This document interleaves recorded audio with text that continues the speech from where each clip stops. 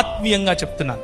అవజల ఊటలు ప్రవహింపచేయాల్సినటువంటి కడుపులు కలిగి ఉన్న మనం, జీవజల ఊటలు ప్రవహింపచేయాల్సినటువంటి మాటలు కలిగి ఉండాల్సినటువంటి మనం, ఆత్మీయ పరిపక్వతకు దూరంగా మధ్యవర్తులను ఎన్నుకుని ఇదిగో జీవజలమును నేనే అని చెప్పే ప్రభువుని విడిచిపెడితే, కడుపులో ఆకలి కాకుండా ఆత్మీయంగా చెప్తున్నాను, అవసరత లేకుండా ఉండేట్లుగా నేను పైనుంచి దిగి వచ్చినటువంటి జీవాహారమును అని చెప్పిన ప్రభువును విడిచిపెట్టి మన కులమును, మన ప్రాంతాన్ని, మన భాషను, మన చదువును, మన అందాన్ని, మన ఘనతను, వీటిని నింపుకోవటానికి ప్రయత్నం చేస్తే ప్రభు అంటాడు, మీరు ఆత్మీయ అంధత్వంలో ఉన్నారంటాడు.